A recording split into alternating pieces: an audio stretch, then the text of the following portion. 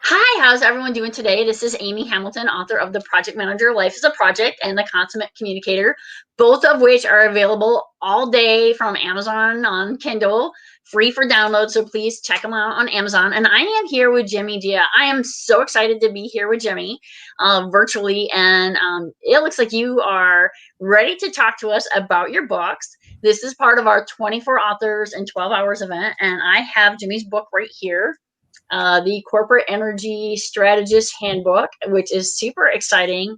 And Jimmy, can you just tell us a little bit about your book and the inspiration behind your book? Yeah, no, thank you so much, Amy. And great to be talking to you as well. I know this has been a marathon session for you, but I'm sure learning as well, talking and comparing across all these different authors about our writing processes. So I'd love to hear some of your insights as well as we get through this conversation today. The inspiration for my book was really looking at, if you study business, if you go through an MBA or some sort of a business training like that, you're given many tools of what to do at your job. But the problem is there's really no one place that you can go for these tools. And so you're left to stuck with just thinking, hey, I can do a SWOT analysis, I can do a Porter's, I can do this or that. And I realized that, you know what, why don't I just create a reference book of different business tools? And so I started gathering them over the course of many years, just gathering various different decision-making frameworks, business frameworks, and came up with about 120. And by the time I got to that number, I started organizing them and bucketing them into, these are strategy frameworks, marketing frameworks, communication, risk management, innovation management, probably a dozen, 2 dozen or so different departments, functionalities like that. And with each one of the frameworks, what I did was interpret it through the lens of sustainability or energy. So then that way, a manager has a single reference that they can go to just to get an understanding of what tools are available. You can always go do deeper research on your own, but to have a handy reference book of where all these tools are, what they might be, and how they could be interpreted for sustainability and energy management. Jimmy, that is like super exciting, and I love energy management. And one of the things that I really kind of want to talk to you about is you said that you did this like a several year process. How did you stay organized? I mean, as you know, as a project manager, I love organization, and I think that it's so difficult. A lot of people say that they want to do stuff, they want to write a book, they want to get started, but then they're like, oh, they're just kind of sticky notes everywhere, and it's kind of like really, really difficult. It's really challenging. I'm actually working on my dissertation right now, and I cannot tell you like how many little folders and things I have where I'm trying to like just be organized. So what's your advice on authors for being organized and trying to get to that point when they have a very complex book like yours? Yeah, I live and die by spreadsheets. And even though I'm not a project manager by training, I literally live and die by my spreadsheets. And my spreadsheets are my to-do lists. And one of my business partners, he finally got me to move on to online spreadsheets. So at least he can now share the work with me and we can both take a look at the project. But to give you an example for this specific book, what I did was every line in my spreadsheet was a different framework that I ran across. The biggest challenge at the beginning, it probably took me 2 months after I came up with my list, was how to organize them. What order do I present each one of these 120 frameworks in? Because some frameworks you could think of them as an innovation framework, but they could also be a risk management framework. So wait a minute, which chapter do I want to tell that particular story? That took the most amount of time and thinking. But one of the things that I have found is that the more time I spend up front, probably very similar to project management, the more time I spend up front planning that book and organizing the book, and the more time I work on the outline, the easier it is to create the content and the less time it takes to create the content on the other side. But if I'm trying to write a paragraph and I don't know how this is going to connect to other parts of the book, I struggle and I stare at my screen without not knowing what to write. You bring up a great point, and one of the questions is, how do you stay motivated through the writing process? So this book was easy to stay motivated, and that was because I could see a clear deliverable at the end, and it was it's a Swiss Army knife. It's a dictionary of tools, and if I didn't finish it, I couldn't have that Swiss Army knife, essentially. And I knew it was really motivating to be aligned at that end. The other part that made it really easy was these were all half-page vignettes. And so it didn't feel like I was writing this 20-page long document that had to all be tied together into a logical sequence. These are half page of text and half page of image, half page of text, half page of image. Coming up with 2 to 3 paragraphs to describe an image is so much easier than trying to write 20 pages of prose nonstop and have it all stick together and make sense. So this particular book, I got around that motivation part by making them all incredibly small and bite-sized. I really like that idea that you said, like making it vignettes and making it small and bite-sized. One of the most difficult things for authors, I think, is we kind of have this vision of how we want the book to turn out, and then we have the reality of it, how it turns out. For you, was there a big difference between your concept and your reality, and what things would you change through the process? Oh, absolutely. I mean, I think even in my acknowledgments, the first thing I say is books take on a life of their own with their pathways influenced by every conversation. So, of course, when I started this book, it was actually as a reference book, like I said, to my MBA students. As I passed around my book manuscript to get read by various colleagues of mine, some of them would say, wow, this is a great book on how to do problem solving. Wow, this is a great book about how to do systems analysis. Wow, this is a great, and talk about completely different things that I did not intend the book to be. But then once they mentioned it, it's like, hey, maybe I could put in one small vignette on that topic, one small vignette on that other topic. And so there's lots of different, so this book, even though I wrote it to be my own reference book and reference book for my students that I teach in MBA programs, it ended up being to me, how I approach problem solving. And that was not what I intended the book to be about when I started. Well, that's really interesting. And when you talk about problem solving, and this is a very academic book, and I had two academic authors today. And one of the things I wanted to include in this virtual book festival is genres. I mean, it's so Yeah. exciting. I mean, one of them that we had earlier is Killer Addiction, which is a murder slasher, you know.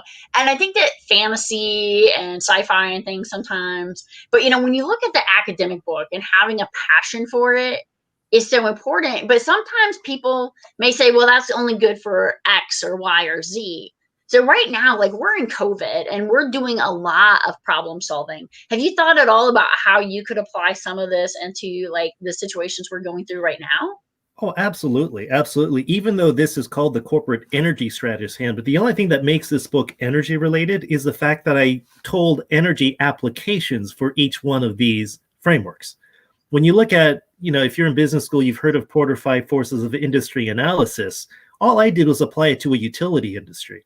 But the framework itself is a very general strategy analysis. Same thing with innovation. You can go through design thinking, you can go through brainstorming, question storming. These are all things that you and I probably do on a regular basis. But what I did was I applied them to an energy case study. So you could read the book and apply COVID case studies, apply transportation case studies, apply cybersecurity case studies and whatnot, but they're still the same tools. And what I wanted to try to show was that, at least for the energy sector, not to be afraid of it, but that we can apply all of these tools that we've already developed into this discipline. And no, I think that's really great. And when you look at COVID, so many people are like struggling with how do I take what I used to do and apply it to where I am now? And you took something and you literally said that, like, hey, these are like a lot of things that MBAs are using out there. I love that you referenced Tuckman's model earlier and, SWOT analysis and things like that people are very familiar with. And then you put them within a context. And I think that is just in itself like really creative. Thank you. Thank you. It was certainly a lot of fun. And I had to sit down and think of all these examples and think of like, where have I used them in my past? Where have I heard stories of other people using them in the past? And how can I put them together into these little vignettes and nuggets, trying to make it relatable as well? So I think relatability is a really awesome thing right now. And if you look at the fact that like we're in this global community and we're able to do this international book festival, which, we've had authors from Australia, Europe, and all across the United States, has been super important and super valuable as we do this. Do you think that this book you have, which is written here in the United States, has applicability in the global market? Yeah, well, energy is basically the same everywhere in the world. And so if the laws of physics of energy works for you, then this book works for you as well. But one way I like to describe it is most people think of energy as a very technical topic, and it's treated as a very technical topic. But yet, when we go into corporations, we go into government and organizations, there's really two things that come in conflict with each other, I think. One is the flow of energy, and the second is the flow of decisions. And what happens is, at least within the energy field, I feel like most people try to tack on to the flow of energy and they treat energy as a technical problem, but they forget that there's an organization with leaders and decision makers and budgets and mandates and teams that are also involved. So one of the things that I do beyond this book is what I call energy as strategy. It's tracing the flow of decisions through an organization and how energy interacts with that decision matrix. And when you start overlaying that to, now all of a sudden you're talking about corporate strategy. You're talking about how a company can become more competitive.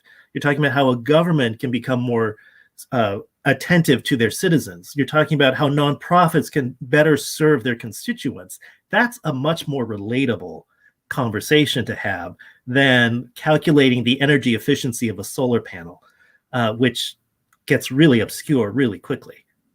Yeah, but you bring up really great points about energy and households, though, now. Because when you look at it, so much of businesses before, people traveled to a central office location. Yeah. They're saying now that at these central office locations, it's changed the energy dynamics there and the use. And when you look at people's homes, we're in our homes so much more. We're using energy in our homes so much more. It's really changed the burden of energy, where it's going, where it's being produced, instead of these big office buildings having to be air conditioned, which is a really, kind of American phenomenon that's starting to spread globally. Before it was these big buildings, but now it's people air conditioning their homes. Yeah. Yeah. These shifts happen all the time. And what's fascinating to me is that it's these end user demand shifts that actually drive the build out of the infrastructure, and usually not the other way around. The first book that I wrote, Driven by Demand, really traced these histories of how consumer demands first shifts and then the infrastructure follows behind it. After all, you don't really, in any market, and energy is just another market, electricity is just another market, you always try to meet customer demand. Rarely does a market work by having supply and then forcing customers to buy what you have. No, you really bring up a great point when it comes to the shifting markets and energy by demand. And I'm not sure if you address it in your Driven by Demand book. I'm sure you do. But, when you look at where we are on our energy requirements today versus before the PC world, before TVs and all these gadgets and things that we have in our house, there used to be so much less energy required. Yeah. When it was just a few different appliances and lights. So do you have anything to add to that? Oh, one of my favorite bits of anecdotes about that is, you go back far enough in time, a couple of decades, we have 60 hertz, which is the frequency coming out of our electric sockets and into our, appliances. You may or may not have heard of that, right? 60 hertz. But you can ask the question, well, what if I only got 59 hertz in 1 second? Can I get 61 hertz the second and still have it average out to be 60? And if you go back far enough, like 40 years, 50 years or so, that was true. But today, if you lose a hertz, your computer fries. Your microwave fries. All of these microelectronics that we have embedded inside of our electronics depend on being exactly 60 hertz. And so the frequency variation has gotten less and less. The frequency spec has gotten tighter and tighter and tighter as we install more microelectronics into our households and into our lives. And so the requirement obligations of the electric grid is actually far tighter than most people realize. No, I think that's really fascinating. In my book, The Project Manager, I base it on the concept of smart buildings. And I think that that's a really interesting area when you intersect it, because for smart buildings, you absolutely have to have those critical energy flows. I don't really go into detail on that because my readers, that wasn't really kind of the premise of the book, but, it is definitely something that you have to be aware of. And as you look at technology today, the impacts and how the energy flow goes, as you said. I love the fact that you said energy field earlier, and when you meant the field of energy and the energy field, and I thought it was very clever play on words. And Thank you. it's very interesting as somebody who's trying to bring high energy throughout the day to these different authors interviews, that there's just so much energy out there, and it's like, what part of the energy are you talking about? So as somebody Absolutely. who wrote several books now, what would your advice be to somebody who wants to get started writing? The first book was much more of that long-term narrative prose that I said was really difficult, which was partially why the second book I decided to do short vignettes, because I kind of knew what the challenge was and the barrier was, and I wanted to remove that challenge. I think to me, what I realized was the hardest part was generating content. The easier part was editing content. I forget if it was Vonnegut or Hemingway or one of the famous authors once said that when they edit their drafts, usually about only 5% survive the first edit. And I found myself, at probably well over 50% getting cut after generating the content the first time. And so what I realized was it actually didn't matter how well I wrote the first time when I was trying to get words down on paper. What mattered was just sheer volume of words. And once I got the sheer volumes, it didn't, because I could have spent a day writing a paragraph, I'd still cut 90% of it or 50%, some ludicrous amount. And so it became obvious that I just had to produce words, regardless of how good it was, because it's through the subsequent edits that you make the words better. And I think as a first-time author, or when I wrote the book the second time, what I learned was the first draft doesn't have to be perfect. The first draft, in fact, might not even be shareable to a friend, but at least I need to spend a couple of hours every single day getting 500 words, 1,000 words, 2,000 words down on paper, and just get the words generated. So definitely that perfect gets in the way of completion. Exactly. The perfect can come later. The perfect comes in the edits, but in the part where you suffer writer's block, just get words on paper. No, I think that's some really great advice. And one of the things that we've talked about is, so for authors, it's like really important you go to different events, whether it be an academic environment or a book festival or whatever you do. What advice do you give for authors who are trying to market and promote their books during COVID, during the lockdown? Yeah, that's a really good question. I'm probably not the best person to answer that, because my books kind of came out of their own projects, and I wasn't really looking at going out to market them or publish them or anything like that. I wrote my first book, again, as a case study book for my students. I wrote my second book as a way of, again, putting these frameworks together as a reference book for my students. Each time I wrote the manuscript, I started circulating them to publishers, and they got picked up. So I never had the intention of going out there and writing a book for a publisher and then going down the traditional route. I was always thinking of going around the self-published route, or just, having it be on my PDF and I can hand it out to people. But then once a publisher picked it up, that just meant I had to write much more rigorously. I had to do a lot more editing to make sure that it was well done. And so it raised the bar, certainly, that I treated myself with in my writing process. So my advice would be just write what you're passionate about and then shop it around afterwards, instead of trying to get that publisher first. At least that worked for me. I certainly know that's not always the case, that every writer's journey is different. No, I think that that's such a critical point, is every writer's journey is different. We all have different books in us, different stories with us, whether it be fiction, whether it be nonfiction. And that's why I really want to feature different genres on this event, is because there are so many different authors out there with different ideas. And sometimes it flows. And then sometimes, like you said, it's just like, get words on paper, just have that discipline. Yeah. So I think that's super important. And for yourself, as author of 2 books, and listening now to today's, halfway through your journey today, like, what are some common themes you're hearing from other authors of how they go through their writing process? Yeah, so that's a really good question, and it'll be interesting to look back as I edit some of this material. And one of the things is that people, like, they have just kind of an idea, or maybe somebody says, "Hey, you should write that down." So I think that the inspiration comes, and then some people, they just said it flowed. One guy said he actually had a dream about his book and wrote his Mm. book, which is somewhat interesting. Yours is very interesting, the Corporate Energy Strategist Handbook, because there's so many little vignettes, and I just really love that. And so far, that's the only one like that. Some have been memoirs. It's sort of everything in between. So I think that it goes into, there's no one right way. There may be a right way to deliver energy, which is going to be at 60 hertz, but there's not a one right way to write. No. Some people are published by big publishing houses. Some people are published independently.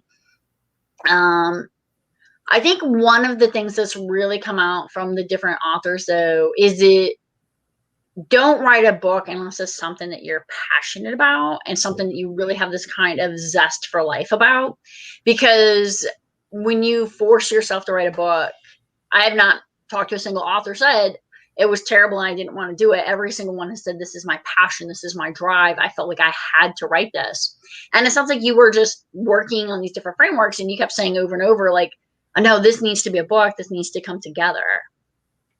Absolutely. And, certainly early drafts always help. Like I put together an initial draft with only 40. And once I saw that and I passed it around to people and I, had some of my students look at it, you could immediately see what worked and what didn't work. And you got really good feedback from that. And you started seeing, oh, cool. There's more than just the 40 version worked. What if I could, it's always the game of what if, right? When I first thought of this project, I think I had 10 frameworks in my head. And I says, well, what if I just start noting down frameworks that I can understand? And of course, with, books, you always have to give yourself a deadline. So I said, look, I'll just jot down every framework I run across for the next 3 months and end up coming out to 40. And so I wrote that and I, self-published that. And then, of course, that once you do something like that, you're going to run into more frameworks. And so again, that's where the spreadsheet came into handy. Was it just became my body of knowledge of whenever I ran to a framework, I just write a note down. And to be honest, I'm still finding frameworks today that I'm writing down for hopefully future editions. And so I did that for a year. And that's how I ended up with 120.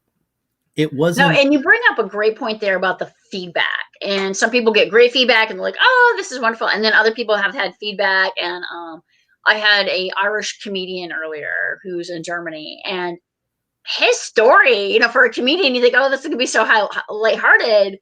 But the fact that people just, they said some things, and it was very, very hard, like very brutal, very critical feedback.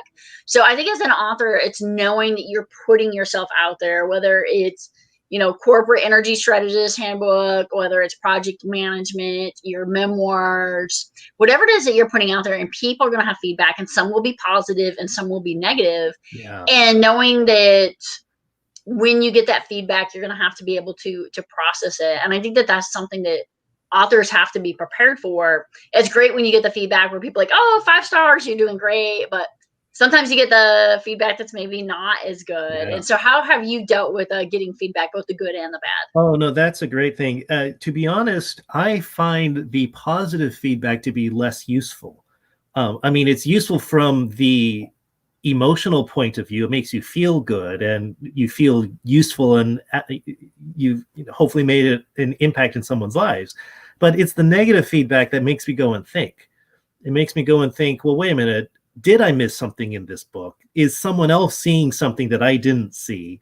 Is it really there or not? And then I actually have to think much more critically. And when I get the negative feedback, that's when, obviously I feel sad and I feel down about it, but then you kind of get over it. And I start thinking, well, let me put myself into the reader's shoes. Is their criticism valid? And more often than not, it makes me add a paragraph, subtract a paragraph, edit a sentence, do something with it that I think actually improves the book. So I actually prefer negative feedback, to be honest, rather than positive, because positive feedback I can't do anything with. It makes me feel good, which is fantastic, but it doesn't improve the work. No, I really think that's a an interesting concept of like, feedback is like what's going to help you to grow, and it's only when you get that feedback of ways that you can improve, ways that you can make changes, or things that don't resonate, that then people are like, okay, I can make these tweaks. Yeah. So I think that that's really good. I had some feedback off my first book. They said it was a bit too Pollyanna and the world's always full of rainbows and sunshine, which is a world I like to live in. So when I wrote my second book, I tried to build more conflict deliberately into the book, because we do have to show though that you do have to overcome things. There is Yeah. adversity in the world, and especially when you're dealing with project management, when you're dealing with leadership, when you're dealing with communications issues, like you said, that decision making points, I mean, those are all done by humans, and that's Yeah. an entirely different thing than. Yeah, I mean, what I read both of your books, and the first one, the project manager one, I have to say it was on the positive side, but I thought it was a good parable to show how project management works, and you were telling it through the life of Amy, I think it was, or the Ashley. protagonist, Ashley. Yes, started with an A. And No, the that would second be book, my name.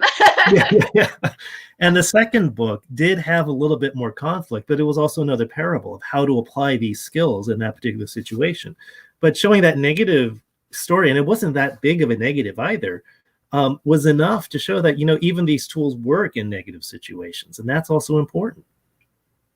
Yeah, and I think that, like we learn, we grow, we develop. So we are getting to the end of our segment, Jimmy. This is just flowing by. Oh my gosh. It's like, I when I set this up, I was like, oh, what if I don't have energy? And instead I'm like, oh my gosh, like the time is up, right? So Yeah. is there any last pearls of wisdom you would like to leave for the audience? As first-time authors, I would say, for those who are first-time authors out there, or prospective first-time authors, just start writing. Just get words down onto a sheet of paper. And to me, the best way to get around writer's block, or if there was a quandary in my book that I couldn't write myself around, what I would do is I would literally go to sleep with a question, because I knew that trying to think it through wouldn't work. But if I let my creative juices and my synapses work at night, something would happen magical. And more often than not, within 24 hours, I knew what to write. And if it wasn't 24, at least by day 3, I would know what to write. But definitely sitting and staring at the paragraph did not help, but sleeping on it certainly did. Jimmy, you bring up a great point. For me, my therapy is running. And so I will get to that point and I'm like, okay. And then I'll go run, and suddenly the story will come to me as I'm out running. And Absolutely. like you said, you can't always force it. I Yeah. would just really want to thank you for your time, Jimmy, that you've made for us today. And what time is it out where you're at right now? I'm in California, so it's only noon 30. It's not too bad. Okay. So you're not even halfway through your day. Yeah. Well, hopefully you get a chance to grab some lunch. I appreciate you being here with us today. Absolutely. Thank you for having me. Good luck with the Great. rest of your interviews.